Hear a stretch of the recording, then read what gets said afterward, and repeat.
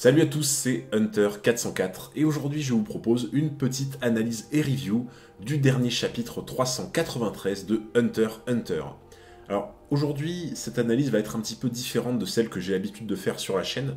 Je voulais tester un genre de nouveau format, un peu plus discussion chill, où je vous montre vraiment des arguments que je vois en fait vraiment sous mon nez. N'hésitez pas à me dire ce que vous en pensez, si vous préférez l'ancien format un peu plus monté ou celui-là. Donc n'hésitez pas à me faire vos retours. Dans tous les cas, je voulais vous proposer une approche un peu différente. C'est-à-dire qu'il y a vraiment 3 points essentiels dans cette vidéo que je vais aborder, notamment un point tout particulièrement avec, on va dire, Nobunaga et du coup Luini, qui voilà, fait partie du clan de Morena.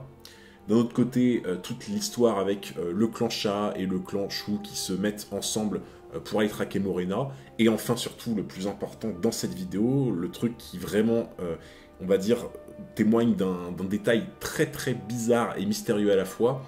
le fameux rendez-vous qu'il y a entre Hisoka et Inrigi dans le cinéma, et on va voir ça tout de suite. Concernant le tout début en fait du chapitre, on avait vu du coup que voilà, Nobunaga s'était littéralement chargé de détruire le visage de Luini, que j'appelle Luini la victime, parce que bon, on va pas abuser, on en a déjà parlé, que ce soit en vidéo ou en stream, Luini avait un pouvoir de fou.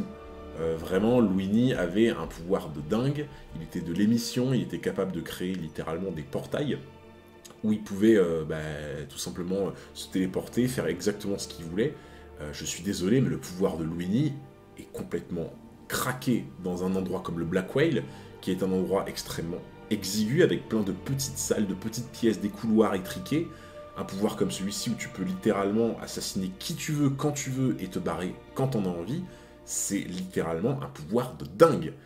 En plus de ça, vu il fait partie des partisans de Morena, il est infecté par elle, et du coup, il a cette espèce de level up, en fait, de niveau à chaque fois qu'il tue une victime, et il se renforce à chaque fois qu'il tue des gens. Donc, encore une fois, pourquoi Luini s'est montré et a provoqué directement la brigade, alors qu'il avait juste littéralement à faire le maximum de victimes pendant les 2 mois du trajet, et ensuite sortir de là en mode gros tank. Donc je ne comprends pas ce qui a poussé Luini littéralement à se jeter dans la gueule du loup. En tout cas, ce qui est sûr, c'est que par rapport à ce qui se passe ensuite, on voit dans le chapitre 393 qu'il a tiré les gens dans une pièce où les personnes se faisaient marave littéralement par le clan de Morena, et on est en train de voir que le clan de Morena est en train de recruter potentiellement, enfin de remplacer Luini par quelqu'un de l'émission qui a apparemment la possibilité de faire disparaître des alliés globalement. Ensuite, le deuxième point, c'était par rapport à la fin du chapitre, du coup, au clan Sha et Shu qui se rejoignent, qui payent grassement le caporal pour avoir littéralement le privilège de connaître l'emplacement de la cachette de Morena. Ils se mettent donc à suivre, du coup, le garde. Alors, il faut savoir aussi que on a littéralement eu presque une frayeur, j'ai envie de dire, quand on voit que le caporal parle du sous-chef du clan Sha en disant « Oui, vous avez un pouvoir du sourire zéro », c'est-à-dire qu'apparemment, il lui suffirait de sourire à quelqu'un pour que la personne meure dans peu de temps. Ça apparaît comme un pouvoir complètement overcraqué. Après, on en a aussi discuté en stream. Ce pouvoir-là, à mon avis, je pense qu'il est soumis à des conditions extrêmement lourdes, parce que ça me paraît beaucoup trop fort sinon. Et entre autres, vu la façon dont le sous-chef du clan Sha avait de systématiquement vouloir renchérir, d'avoir un aspect, forcément, vu que c'est la mafia, par rapport à l'argent qui est forcément très vénal, c'est-à-dire qu'il renchérissait à chaque fois systématiquement sur les œuvres de Inrigi, il proposait à outrance de l'argent. Je pense que l'une des conditions du fait de mourir face à son sourire, ce serait éventuellement d'accepter l'argent du sous-chef du clan Sha. C'était qu'une supposition, mais ça me semble plus cohérent par rapport à son personnage. Du coup, pour en revenir à ces 2 clans, qui au final se rendent avec le caporal devant la supposée pièce qui regroupe le clan de Morena,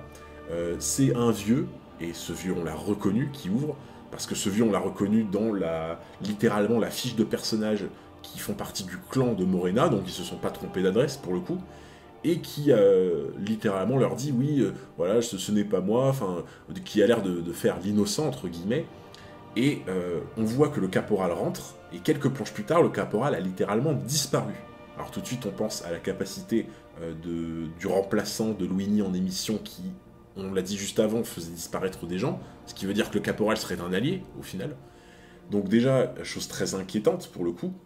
On remarque aussi qu'au niveau des lits, on a l'impression derrière lui qu'il y a des cadavres littéralement sous les draps, donc on se dit qu'est-ce qui se passe encore dans ce truc-là. Et surtout, le plus important, c'est que 3 fois d'affilée, et c'est même précisé à la fin du chapitre, 3 fois d'affilée, il dit, en gros, non mais je n'ai rien à me reprocher, il dit 3 fois la même phrase, ce qui est extrêmement suspect, et ce qui ressemble à une condition d'activation, ou une condition de naine, pour faire quelque chose qui a l'air complètement démentiel. C'est pour ça qu'Inrigi se méfie et qu'il le menace au couteau sans entrer dans la pièce, parce que dès qu'il rentrera, à mon avis, il sera en grand danger. Mais surtout, le point le plus important de ce chapitre 393, et c'est là où vraiment je mets un peu des pincettes, parce que bien sûr ce ne sont que des théories et des suppositions,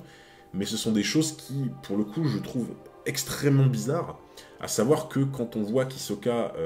déjà n'a pas tué Zakuro et Lynch, donc c'est déjà une chose surprenante, il est allé littéralement et vraiment au cinéma comme il le disait à Zakuro. Inrigi le retrouve dans le cinéma. Et alors là, chose assez surprenante, et on en a parlé en stream, c'est à partir de là, d'ailleurs je remercie mes chers viewers Twitch pour m'avoir fait remarquer ça en stream, on a remarqué que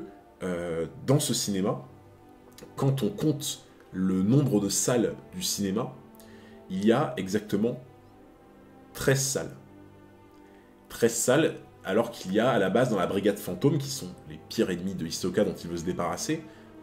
13 membres. Et si vous voulez, on peut aussi interpréter ça comme ça, mais même si ça relève un peu de la théorie, mais on a presque l'impression que Hisoka, au final, choisit d'aller au cinéma, ce qui en soi n'est pas anodin, parce que j'ai envie de vous dire, dans Hunter, quand d'un seul coup on nous dit, bon bah, tel personnage qui est au centre de l'intrigue va au cinéma, on se dit, mais il y a forcément une raison pour laquelle Togashi nous montrerait que Hisoka choisit d'aller au cinéma, sinon ça n'a pas de sens. Du coup, le fait que Hisoka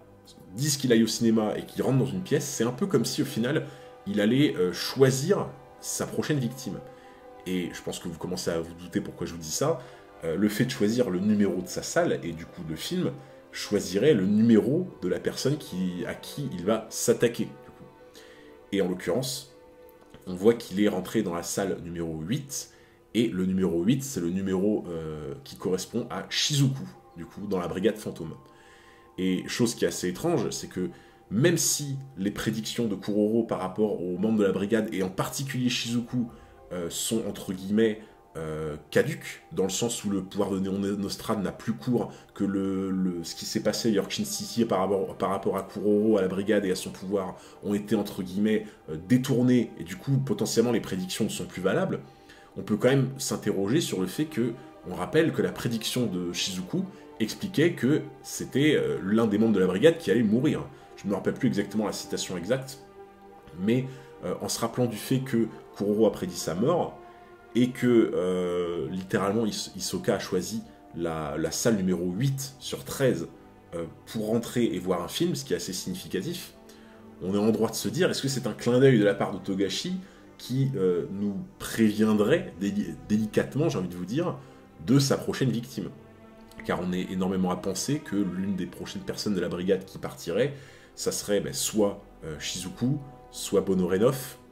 soit Franklin, qui, Franklin pour le coup, est extrêmement isolé dans le Black Whale et est énormément en danger actuellement. Alors on peut aussi s'interroger sur le film que Hisoka va voir, parce qu'apparemment il va voir The Thing, donc c'est la chose, donc un film assez connu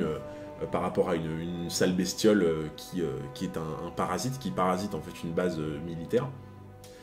Ce qui est assez drôle d'ailleurs avec le pouvoir de Morena, corrélé au pouvoir de Morena sur le bateau, qui au final est littéralement une infection. Mais du coup, tout ça, ça laisse extrêmement dubitatif, parce que au final, on se rend compte qu'il y a énormément de références et de cohérence dans tous les petits éléments qu'apporte Togashi dans l'intrigue, qui au final, on se dit, peut-être que ces petits éléments qu'il met en place, ça donne une indication sur qui va vivre ou qui va mourir. Alors suite à on va dire cette altercation dans le cinéma entre Inrigi et Hisoka, on se rend compte d'ailleurs que Hisoka a potentiellement accepté l'invitation de Inrigi de pouvoir monter ensuite donc au niveau 1, le temps que les affaires de la mafia se tassent. Et au final, j'ai envie de vous dire, est-ce que ce serait pas là justement l'engouffrement même de l'intrigue qui va suivre, parce qu'on rappelle que Hirumi est censé être au niveau 1, donc Hisoka va rejoindre Hirumi, Kurapika est censé être au niveau 1 également, Est-ce qu'il n'y a pas de nouvelles alliances et de nouvelles choses qui vont émerger de potentiellement un départ d'Hisoka pour le niveau 1? Ça, on le saura malheureusement dans le prochain chapitre. Donc pour résumer, cette histoire avec Hisoka qui potentiellement choisirait sa victime par le biais de cette salle qu'on aperçoit en très gros plan avec le gros numéro 8, chose entre guillemets qu'on ne met jamais littéralement sur un écran, on ne met pas le numéro de la salle sur un écran en haut. Est-ce que ça serait pas du coup un petit clin d'œil de Togashi au fait qu'il va s'attaquer à Shizuku étant donné qu'il y avait 13 pièces exactement comme le nom de la brigade fantôme? Est-ce qu'il ne va pas y avoir de nouvelles alliances, de nouvelles intrigues qui vont émerger, de potentiellement un départ d'Hisoka jusqu'à l'étage numéro 1? Qu'est-ce qui va se passer? Parce qu'au final, ça veut dire qu'il sera séparé de la brigade fantôme. Bref, il y a beaucoup d'intrigues, beaucoup de bordel qui va sûrement arriver d'ici les prochains chapitres. Et j'ai vraiment hâte de vraiment vivre ça avec vous. Et je vous dis tout simplement merci pour toutes les personnes qui viennent assister au live réaction qu'on fait tous les vendredis soirs. À chaque fois que le nouveau chapitre arrive, on passe une ambiance de fou, on est 500 ou 600 à chaque fois. C'est vraiment un truc de dingue, donc merci à tous. Dans tous les cas, j'espère que cette petite review, un petit peu à chaud comme ça, en mode discussion vous a plu. N'hésitez pas à me dire si vous préférez les anciennes versions, si vous préférez celle-là un peu plus détendue. Je suis à votre écoute dans les commentaires. Dans tous les cas, merci énormément pour votre investissement sur la chaîne. Et je vous dis à très bientôt pour une prochaine vidéo.